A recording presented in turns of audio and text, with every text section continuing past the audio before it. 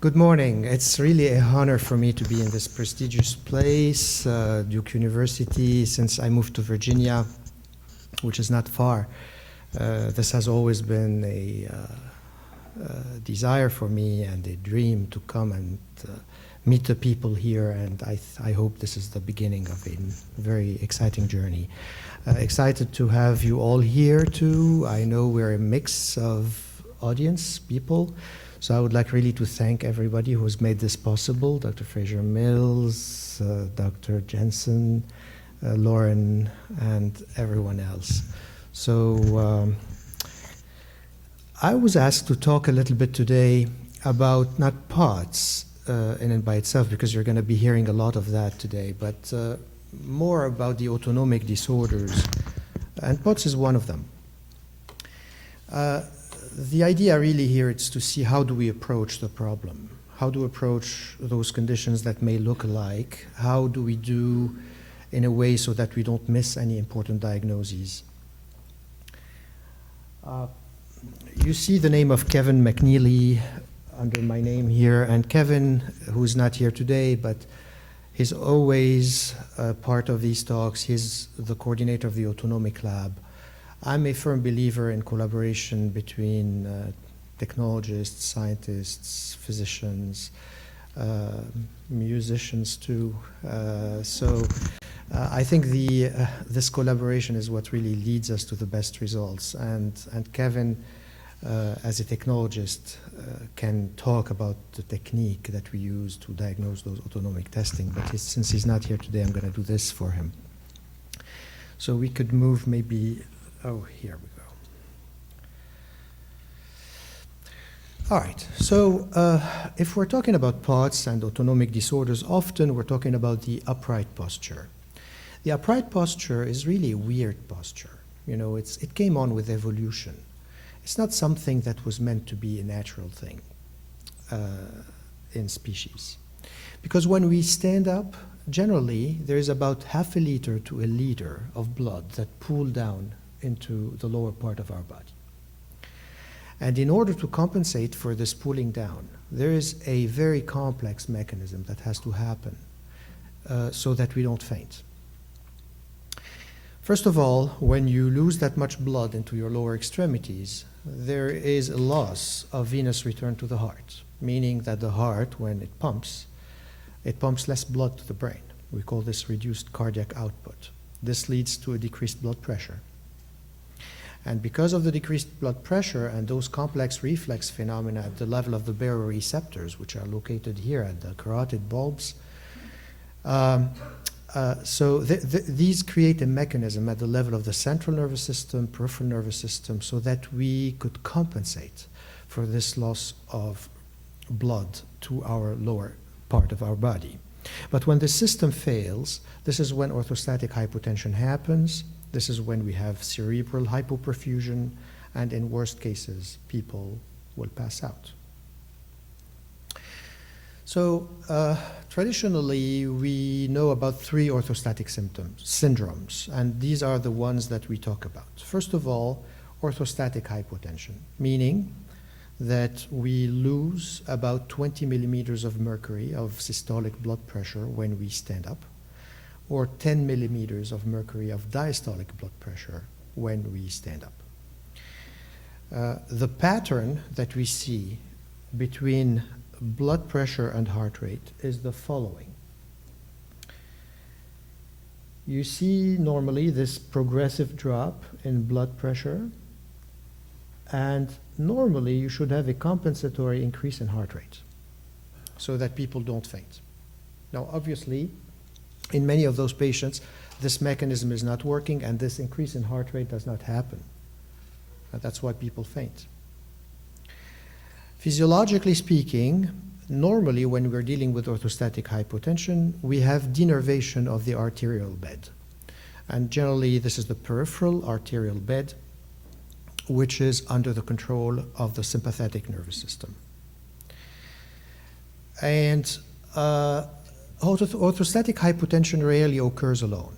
It rarely occurs as an isolated entity. It's part of a disease process. And generally, the prognosis is not great in those cases. Now, I'm going to take advantage of this to jump to a field which is called the small fiber system, which I think is the basis of everything we're going to be talking about, whether it's spots or anything else. The small fibers, and I will talk more about those, are the smallest nerves of our body, and they make up more than 90% of the autonomic nervous system. So if we really want to do a good job about understanding the autonomic nervous system, we need to really understand the status of the small fiber system. And in orthostatic hypotension, we generally find a severe and diffuse loss of small fibers. All right. The second syndrome is the postural orthostatic syndrome. Okay, this is what we call POTS. So as Lauren said, the definition is that when somebody stands up, there is a heart rate increase of 30 beats per minute or more within the first 10 minutes. Typically, if we really want to be sure that this is POTS, it happens within the first 3 minutes, pretty quick. Normally, there shouldn't be orthostatic hypotension with it. So blood pressure remains normal. Sometimes it increases as well, actually. And this is what we see. We see an increase in blood pressure, in heart rate, that's the red, with a stable or relatively stable blood pressure. Okay, so this is a problem with the systolic function of the heart. So we talked about venous return. Venous return is decreased, so the cardiac output is decreased generally. And this is not necessarily a disease. It's not like orthostatic hypotension. It could be, we call it a syndrome. So it could be isolated. It could not necessarily be associated with any other diseases and generally has a good prognosis as compared to the orthostatic hypotension part. And when we look at the small fiber system in POTS, it is affected, most of the cases, at least in my experience. Some other people say no. The exception would be that the small fibers would be affected, but I don't think so. And sometimes this lesion of the small fibers is not severely diffuse, but it's focal. And the third orthostatic syndrome is maybe the most common, which we call vasovagal syncope. That maybe has happened to a lot of us when we're there at cocktail parties in a hot environment, standing, and then suddenly we faint. It's like a kick of our vagal system. We become pale, we become, so our heart rate goes down, our blood pressure goes down, everything goes down suddenly. This is not a disease. Generally, it's not associated with any problems of the small fibers. So those of you who are physicians here may remember this from your physiology courses and neuroanatomy courses. So generally, when we talk about the small fiber system, we mean those fibers here, the ones in red. These are naked axons. We call them the C fibers. And they give some branching at the superficial aspect of the skin. And the cell body here is sitting at the root, at the dorsal root ganglion. And then the other axon will go into the dorsal horn of the spinal cord. And there is a decussation that happens almost immediately, meaning that those fibers cross to the other side of the spinal cord and they move north. And we make the distinction between those kinds of nerves and the nerves here on the right side of the slide, where these are large nerves. These are heavily myelinated nerves. So we call them the large fiber system here. Same thing, they are linked to the skin, and they go to a different area, though, of the spinal cord called the dorsal horns, and they move up north towards the brain. What is in common in between those two is this structure, which is called the dorsal root ganglion, and both fibers go through these ganglia. And this is the course of the small fibers. From the dorsal root ganglion here, they decussate to the other part of the spinal cord, and they move up, all the way up, to end in what we call the thalamus in the brain, okay, the VPL, the ventral posterolateral aspect of the thalamus, where there is a relay, and then there is another set of neurons that take them to their terminus, which is the somatosensory cortex. Okay? All right, so let's take a typical case. This is a case of a 48-year-old man who came to my clinic because of a burning sensation of his toes that started 3 months prior to his visit. And this sensation has progressed to involve the entire foot up to the ankles bilaterally. He denies any past medical history except that he gained 25 pounds in the past year due to overeating and inactivity. So when I examined him, he had a mild sensory gradient to pinprick, meaning when I pricked his toes, he didn't feel the prick very well, and as I moved up, started feeling it more. And then the vibration, which we use a tuning fork for, was mildly reduced at the toes. But when I moved his joints, mainly at the big toe, this was intact. Made him walk, the gait was normal, made him stand up with his eyes closed. He did not lose balance. This is the Romberg test. So, continued to examine him, and this is in red now. The motor strength in this patient was normal, including the intrinsic foot muscles, okay, which means the toe extension and toe flexion, all right? That's very important to check. And then when I checked his reflexes, they were normal, graded at 2+ at the knees, 1+ at the ankles. This is normal. All right. So immediately, by seeing a case like that, who are the physicians in this audience? All right. Have you seen any case like this? Does this remind you anybody like that? All right. I think it's not an uncommon presentation, all right? But immediately after we see a case like that, we can jump to some conclusions. So this is a list of the different fibers that we talked about, okay? And the ones at the bottom are the smallest nerves, the C fibers, as we said. So immediately we know that this is not a large fiber problem. This is a small fiber problem because the problem is pain and temperature perception, a little bit of vibration perception, okay, a problem, but intact motor strength, intact joint position sense, which we call proprioception, and intact position also of the trunk of the body in space because the Romberg test was negative. So when all these are negative, we know it's not a large fiber problem. So now we're focused on the small fibers. Here are the ones that we're talking about. Again, they go to the skin as compared to the other ones. These are the large fibers that mediate the deep tendon reflexes, and typically the deep tendon reflexes are normal.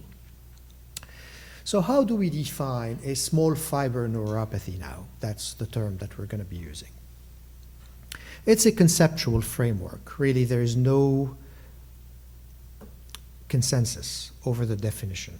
Everybody defines it differently. But if we want to be purists, we define it as being a manifestation of a neuropathy, meaning nerve pain or tingling, burning, pins and needle sensation that affects the lower extremities more than the upper extremities, okay? And that spare the large fiber system. Now, we could allow, to a certain degree, some large fiber involvement, like for example, if somebody has lost the ankle jerk, that's not a big deal. It doesn't exclude a small fiber neuropathy. But if the knee jerk is lost, and this is not small fiber anymore, if there's weakness of the motor strength, this is not small fiber anymore. All right. And normally and typically, there should be a distal to proximal progression of the problem, okay, or more prevalence distally than proximally. However, there are exceptions where the dorsal root ganglia can be affected more than the distal part of the nerve, and this does not apply anymore, the distal to proximal gradient. So let's do a little bit of a calculation. So if we want to calculate a prevalence, we don't know how prevalent this condition is, but here's what we think. First of all, there's a study that shows that in Sjogren's syndrome, about 60% of people have small fiber neuropathy. This is maybe the most serious evaluation of the prevalence of small fiber neuropathy in a disease. But it's probably not the most common disease that causes small fiber neuropathy. Diabetes, is very well known to cause that. But we don't know how many. We think that about 30% of diabetics have small fiber neuropathy. This is conservative. Now, if we think that diabetes is approximately 6% of the population, and that distal burning pain occurs in 50% of diabetics, then here we are, about 3% of the entire population should have small fiber neuropathy. Now, the primary physicians often ignore this symptom, okay? And let's say they refer 1/3 of the people who have burning feet to a neurology clinic for management. This is 1% of the entire population. Okay, now when we work up those people who have small fiber neuropathy, about in 1/3 of these cases, we find that these people have diabetes. Okay, so if this represents a sample of the overall population, the prevalence of small fiber neuropathy would be 3 times the prevalence in diabetes. So the prevalence could be as high as 9% of the general population. Let's be conservative. We estimate it to be 3 to 5% of the population. So an Italian study found indeed a prevalence of 3%. And if we want to compare it to Parkinson's disease, which is 1% of the population, so it's at least 3 to 5 times more prevalent than Parkinson's disease. Now, is this your impression, doctors? All right. Why is that important? It's very important because of prognostics. Now, the prognosis in a small fiber autonomic neuropathy is not a good prognosis if it is not detected early and if we don't find an underlying cause and treat it early enough. There are about 5 studies between 1980 and 1993 that concluded to a 23% to a 56% mortality at 5 years. Okay, so that's why we talk about those topics. How do we approach the small fiber problem? So, as we said, we want to define the fibers we're talking about. How do we rule out a large fiber problem? Through a great test called the EMG.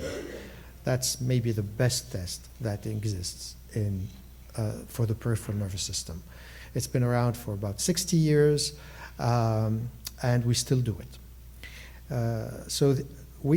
I do an EMG on every single patient who comes to me with an autonomic problem because I want to make sure it's not large fiber and just put this aside and focus on the small fibers. How do we test the small fibers? There are different ways of doing this. So there is a test called the quantitative sensory testing that is falling out of favor now. It's like detecting threshold to heat and temperature, threshold of vibration in a computerized way.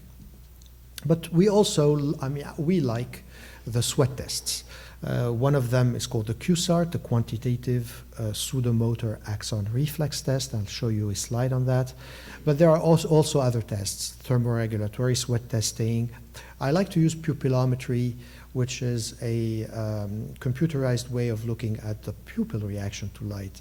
Why is that? Because the pupils are controlled by the small fibers. They are under the influence of the autonomic nervous system. And the advantage of that is that they are very much affected early on in the process. So when we see an abnormality of the pupils, we can see that way before we start seeing signs on the tilt table test or on the sweat test, etc. So obviously, we want to look at the entire nervous system, autonomic nervous system, not just the sweat part. We want to know whether there is a global abnormality of the small fibers or not. And then once we have established that, we go to the etiological blood testing to try to find a cause. I included this slide here because I want to go back to what we said about the dorsal root ganglia. So if you remember, I said that typically this is a distal to proximal phenomenon except when the dorsal ganglia are affected. Now we know of other conditions that affect the small fibers and affect the autonomic nervous system. And one of them is the reflex sympathetic dystrophy, also called complex regional pain syndrome. So this is a syndrome, I'm not going to talk much about that, but this is a syndrome where somebody bumps his or her foot like against a wall or against a door, or, you know, sometimes it's more serious than that, but then suddenly there's a flare-up of the pain, of the redness, of the swelling, edema of that limb, okay, unexplained. And it turns into a chronic pain syndrome. Really, these people would become miserable. And we don't understand quite why did this happen. But when we researched it, and other people too researched it, they found that one of the problems sits at the level of the dorsal root ganglia, where you have not necessarily an increase in autonomic tone, but a supersensitivity to autonomic factors. Okay, like, for example, if we develop new receptors to circulating catecholamines, even though our catecholamines can be normal in the blood, okay, but because those receptors are supersensitive, the manifestations, the autonomic manifestations, are going to be like 10 times more or 100 times more. So this is what happens at the level of the dorsal root ganglion when you sever or you injure a nerve distally, which this is what happens in small fiber neuropathy. Okay, so the dorsal root ganglia, they develop new fibers, and these fibers acquire new receptors, adrenergic receptors to catecholamines, and that's why we see this flare-up of sympathetic symptoms. So this could also play a role in the orthostatic intolerance syndromes that we're talking about. All right, let's move on to a second case. Now, this is a case of a 60-year-old who comes to me complaining of swelling of the balls of his feet, occasional pain of his knees, elbows, and shoulders, dry eyes, dry mouth, and a recent total impotence. He denies any urination problems, no sweating problems, no swallowing problems, and he says, when I stand up, I feel slightly dizzy. And it's only when I really started questioning him further and further that he admitted to have mild burning of his feet that is worse at night than during the day. Examined him. The neurological examination was normal, except for a borderline orthostatic hypotension, so he dropped about 20 millimeters of mercury systolic, and this was not accompanied by the typical tachycardia to compensate. So we did further testing, and we confirmed the diagnosis of a non-length dependent small fiber neuropathy. This is what I'm talking about too, okay? So non-length dependent, meaning that there is a problem proximal, not distal, at least at the beginning. So I don't want to repeat myself, but these are the tests that we did to benefit the evaluation of this patient: autonomic testing, EMG, blood work, and then we did a skin biopsy, lip biopsy, and a fat pad biopsy, and you'll see why. All right, so let's now focus a little bit on autonomic testing. That's why we do have autonomic labs. All right, what do they help us for? First of all, they help us rule in or rule out involvement of autonomic fibers. This is very important to know. And then, when we find that there is an abnormality at the level of the autonomic nervous system, this pretty much excludes a central nervous system problem, okay? Because there are a lot of mimickers. People who faint can have seizures, they can have strokes, they can have TIAs, there's a lot of things that are in the central nervous system that we can say this is not what it is. It is more peripheral, it's more autonomic. And then it defines the prognosis, because autonomic testing can help us know whether we're dealing with a disease-based dysautonomia or a syndrome-based dysautonomia. Okay, disease-based, for example, is diabetes causing dysautonomia, or multiple system atrophy, which looks like Parkinson's disease, okay, causing dysautonomia, versus POTS, which is a syndrome. All right, so also, autonomic testing allows us to localize the lesion, like anything else in neurology. It's very important, okay? So we have two tests of sweating that allow us to know whether the problem is central or peripheral. And also, it allows us to know which branches of the autonomic nervous system are affected, because we know there's the sympathetic and the parasympathetic branch. And we have 3 cardiovascular tests that allow us to do that. And it helps us also decide about direct management of syncope and orthostasis based on the tilt table results. So Yeah, I already talked about a little bit about that, but let me show you this chart here. So this is the distinction that I've been talking about this dysautonomia. So we have the disease-based dysautonomias here that could be peripheral and central. These are some examples: pure autonomic failure, multiple system atrophy, Lewy body disease, small fiber neuropathy. Okay, under small fiber neuropathy, we can see some of the etiologies: diabetes, genetic, inflammatory, autoimmune, metabolic, or mitochondrial. So there's a lot to look at. And the other limb is the syndromic dysautonomias, such as POTS, migraine, functional GI disorders like IBS, interstitial cystitis, fibromyalgia, complex regional pain syndrome. Okay, so all these to me are one family. They are this. It's a spectrum. Okay, and the spectrum can vary in severity, but it's not uncommon to find all these conditions present in one person. Okay, and some of the studies, including our studies, have proven that most patients who have POTS, for example, have migraine with it. At least 40%. This is a conservative. Some people say 100%.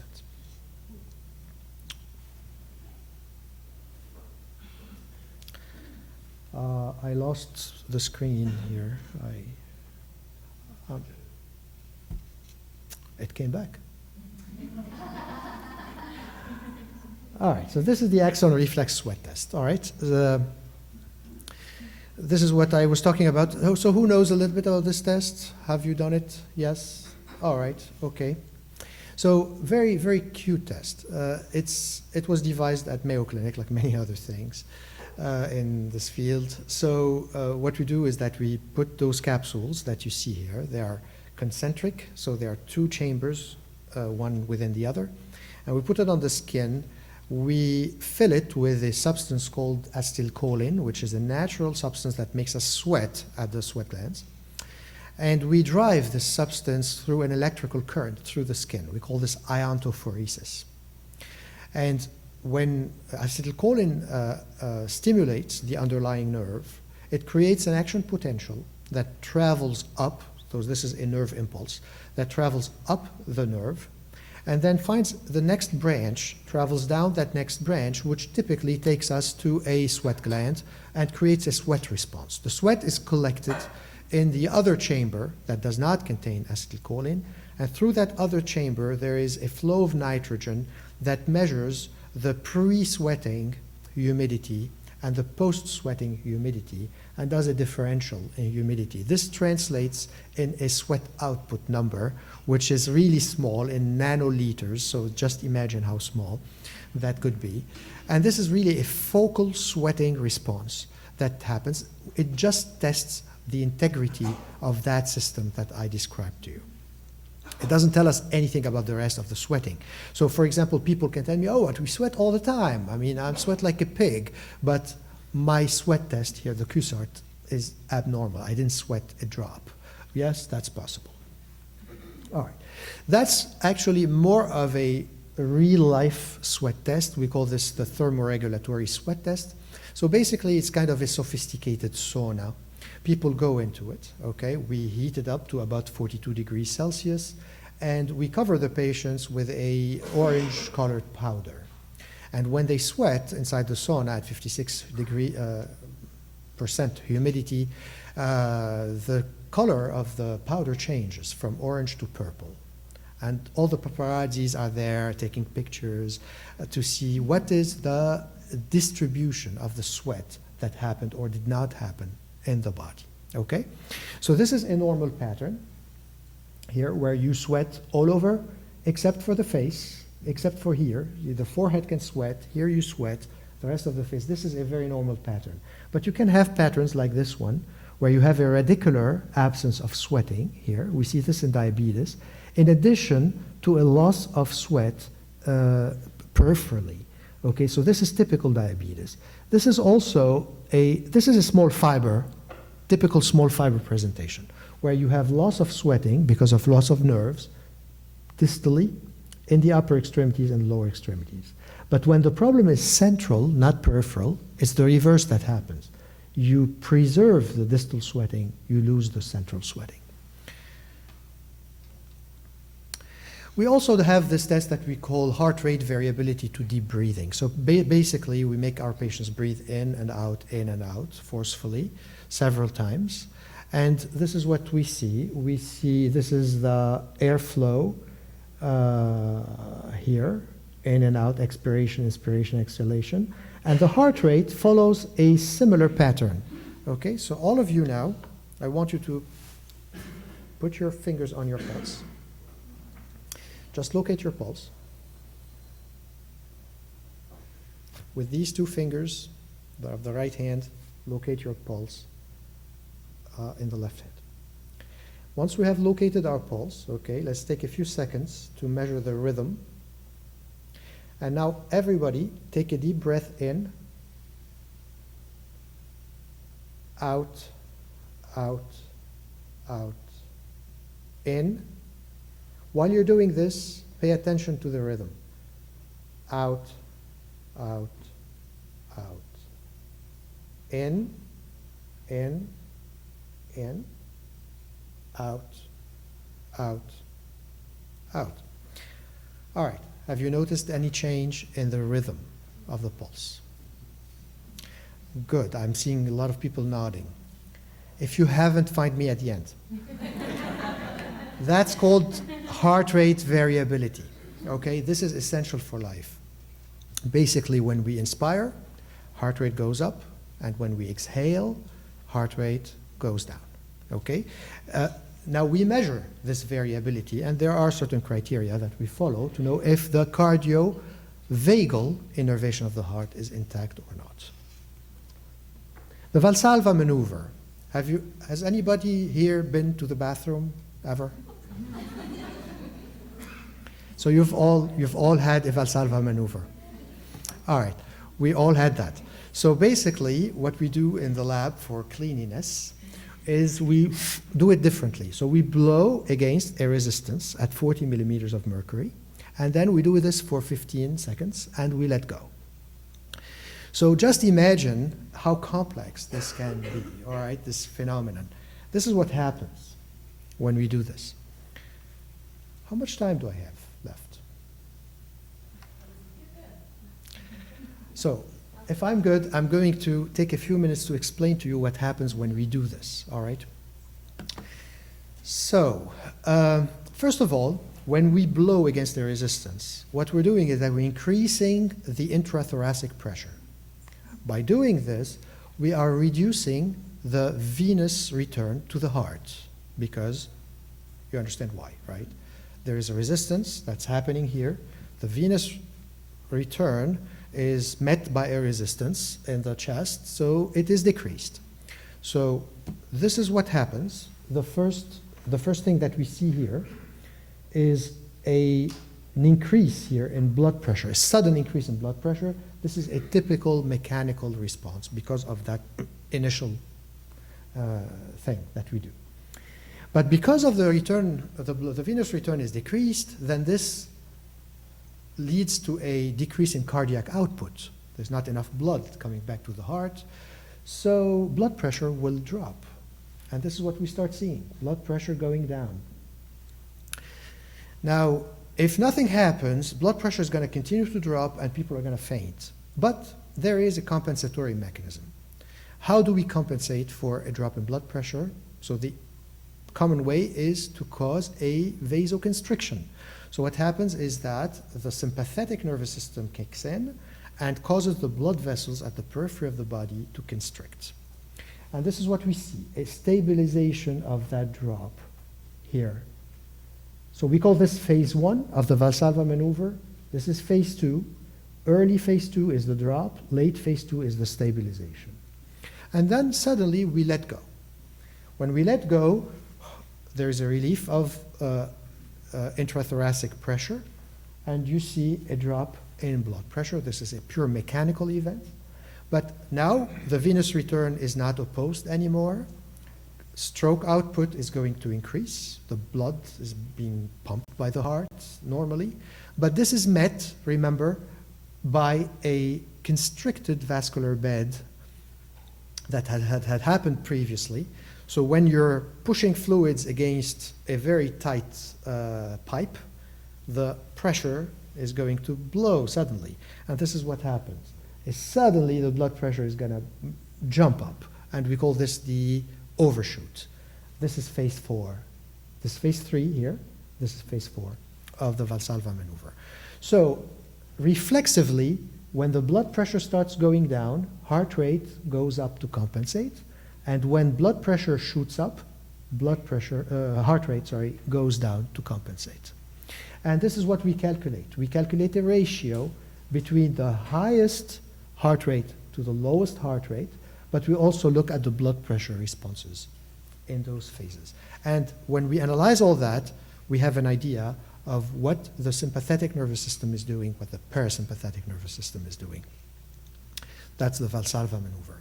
And now the tilt table test. So this is like a very simple thing. It's almost like standing, except that in a tilt table test, we take away some factors that are confounding in when we stand up. When we stand up, our musculature contracts. So this, in and by itself, creates a disbalance of the autonomic nervous system. And because of this, it pushes blood up. So we don't have a very clear, pure, clean measurement of the autonomic nervous system when we stand up. Whereas when we are on a tilt table, so basically people are strapped to the table and we tilt that table up, okay? We don't have, the muscles don't play a role at all, and we have a better evaluation of the autonomic nervous system. So we tilt the table at 70 degrees. We do this for 10 minutes normally. Or if somebody faints, for example, or have POTS symptoms that happen not within the 10 minutes, but after 20 minutes, we could miss POTS if we only tilt for 10 minutes. So for this reason, we tilt sometimes up to 40 minutes. And we look at blood pressure, we look at heart rate, as I showed you in the previous slides. And based on the pattern, we decide whether this is orthostatic hypotension, POTS, or vasovagal syncope. So let's go back to our man, the 60-year-old who had these symptoms. So his EMG was normal. The QSART showed a mildly reduced sweat response in the forearm, proximal leg, and calf, but not in the foot. That's quite unusual. Again, it favors the fact that it is not a distal to proximal process. When we did the heart rate variability to debreathing, it was low. The Valsalva ratio was low too. And the tilt table test showed a moderately severe orthostatic hypotension. So basically, this patient had what we call a pan-dysautonomia. Everything is affected. It's parasympathetic, sympathetic. All right, so what we did, we moved on with a test called a skin biopsy. So basically, this is a punch biopsy that we take from the ankle, the leg, and the proximal thigh. And we fix those samples in a protectant, and we look at those nerves under the microscope. And this is what we saw in this case.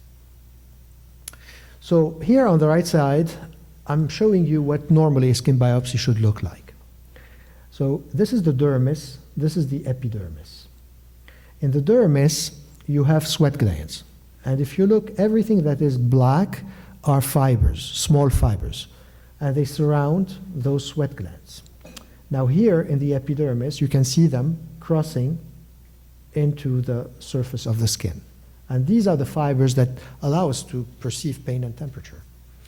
In this man here, there was nothing in the dermis, basically, no fibers, and no fibers seen in the epidermis either. So there was a complete denervation of small fibers. This is another way of doing skin biopsy that was developed by Dr. Kennedy at the University of Minnesota. It's called immunofluorescence. It's really much nicer images where you see those fibers crossing from the dermis into the epidermis in blue, and the fibers are in green, and you can count them very nicely in the epidermis. The problem with this technique is that it fades out with time. So if you want to revisit those slides 3 months later, they're not as nice as this one. All right, so go back to that case. Additional history obtained after we found all that his tongue has become thickened and that he's lost 25 pounds in the previous year. So what's your diagnosis? Yes. So we did a fat pad biopsy. So we took a piece of fat here from the abdomen, sent it for something called Congo red staining, and it was sure enough positive. This is a staining for a substance, an abnormal protein that sits there called amyloid, and this patient had a condition called amyloidosis. Amyloidosis is a very severe condition that could be inherited or it could be acquired, so there are different types. And generally, these people, they fabricate those proteins that come and sit on nerves. They can sit on dorsal root ganglia and damage them. But also, they can sit in the liver, in the heart, in the kidney, and they cause failure of all these organs. Now, this used to be like a universally fatal disease until recently. With liver transplants, people can have they can be cured actually. All right, so this leads me to the next part of the talk, 5 minutes, all right. And this is the next part, is what do we do now, okay? Once we know this is small fiber problem, there's an autonomic problem, etc., we're gonna go and look, why is this happening? This is where the etiological part is very important. So, what's the most common cause of small fiber neuropathy, in your opinion? That's the second most.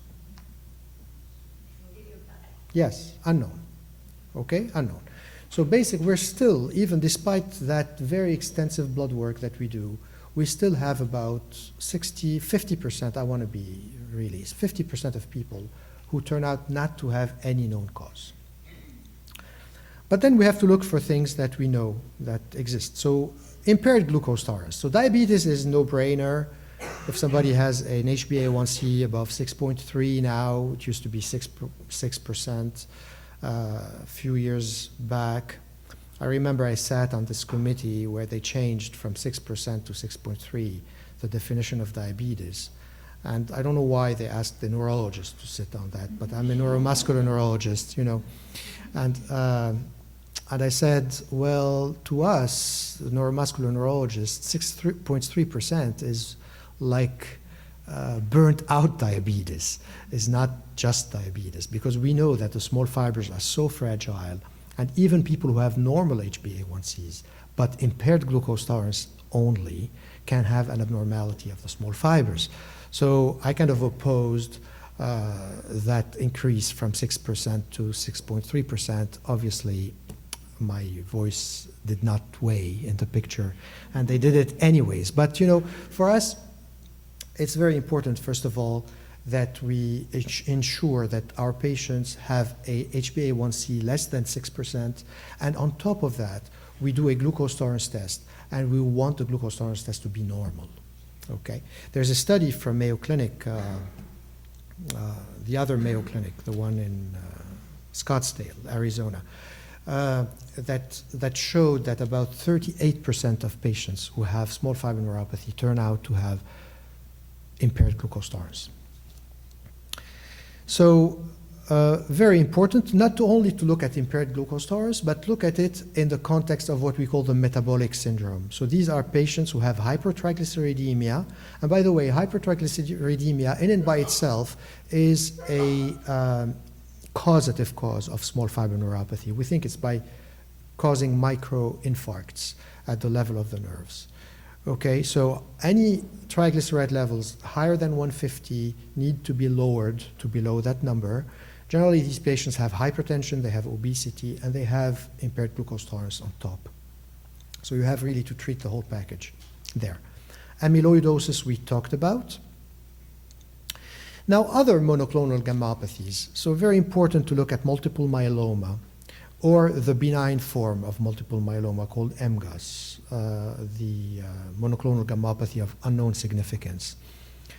All right, but cryoglobulinemia, so these are abnormalities of proteins. You know, cryoglobulинemias, we see those. They can cause small fiber neuropathies. Often they cause large fibers. These are the proteins that sediment, that they go down and they sit down in cold environments. So because the extremities are colder than the core of the body, then they typically go and they sit down distally, and they damage the nerves distally. So if you want to test for those, go for immunofixation for the doctors here. Rather than doing an SPEP and a UPEP, go for always for a immunofixation in the serum and the urine. This is the best technique. Vitamin B12 deficiency. Okay, this is a big topic. I'm really amazed as to how many people have B12 deficiency and are undiagnosed. And you know what the reason is? The reason is that people look at vitamin B12 in the blood, and if it is normal according to their lab criteria, that's it, they rule it out. Actually, this is very, very, very inaccurate. We can see vitamin B12 levels of 600, 700s, where the normal is 250, and still patients can have B12 deficiency. Because the lab, okay, when we test for B12 in the periphery of the blood, we are not testing the B12 which is intracellularly. Okay, this is what counts, the intracellular B12 level. How do we know this? We know this not by checking B12, but by checking the methylmalonic acid and the homocysteine, which are parts of the metabolic process that needs B12 in order to happen. Okay, so always check MMA, check homocysteine, and if one of them is elevated, especially MMA, then this is typical of B12 deficiency, and you start substituting.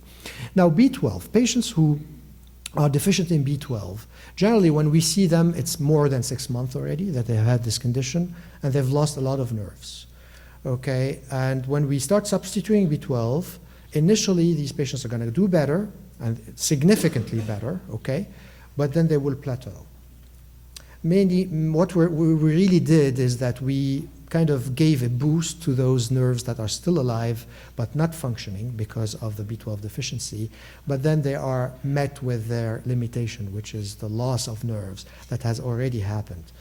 Generally, if we treat 6 months later, it's kind of too late. All right, alcohol and toxins. So alcohol is known to cause a small fiber problem that leads into a large fiber problem later on.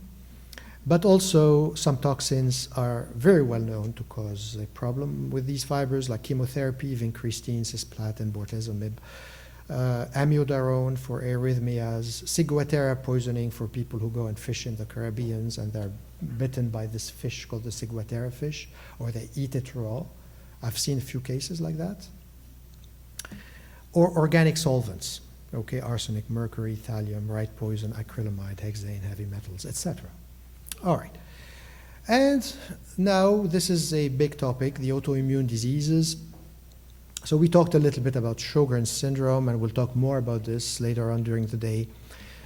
So this is a definite association with small fiber neuropathy, but the rest of the autonomic diseases have loose associations. Nobody has been really, we don't have good enough studies that show us that small fiber neuropathy is omnipresent in these.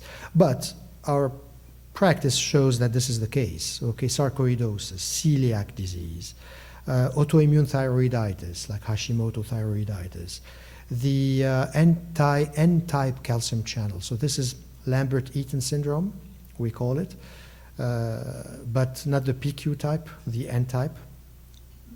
The voltage-gated potassium channel antibodies also can be associated with that. And a little bit better studied now condition is called the antiganglionic antibody, which is known to also cause a problem with that. So Sjogren's syndrome, okay, this is a very commonly common condition, predominant in females.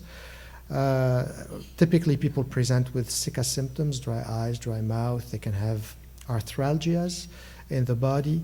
They can have decay in their teeth because of the salivary gland involvement. So small fiber neuropathy, pure sensory peripheral neuropathy of the large fibers type, sensory motor peripheral neuropathy, or sensory ganglionopathy, so involvement of the dorsal root ganglia, all these are possible in Sjogren's. Okay, infections, HIV, botulism, diphtheria, Chagas disease, and leprosy. Those are the conditions, the infectious conditions that we look for. HIV is one of the most common causes, infectious causes that give you neurological complications. And in some series, small fiber neuropathy is present in about 35% of these patients. The hereditary causes, okay, so there's a strong family history in small fiber neuropathy, but there's also something called the familial burning feet syndrome, meaning that there are families that just have burning feet, and whatever you do, you don't find small fiber abnormalities there. Okay. But you have also conditions called the hereditary sensory and autonomic neuropathies. There are several types. The most common is type 3, familial dysautonomia. But you also have the Fabry's disease and the porphyrias. Okay, now these are really rare diseases, but we don't want to miss them either. So porphyrias, when somebody is having those symptoms plus acute abdominal pain that comes in attacks, you need really to look for porphyrias.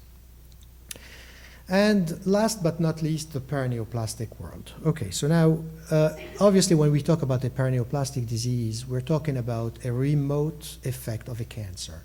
And we have panels that look at several paraneoplastic markers.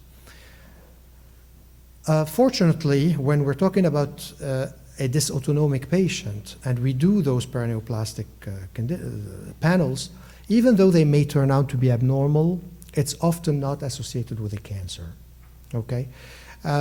So in other words, even though the pathophysiology is common, basically, why do we have a remote manifestation of a cancer? It's through an autoimmune or an immune mechanism, okay? Because the cancer is an antigen, there is an autoimmune reaction against this, and because of those antibodies against the cancer, they can go and hit other natural components of the body. Okay, that's what happens.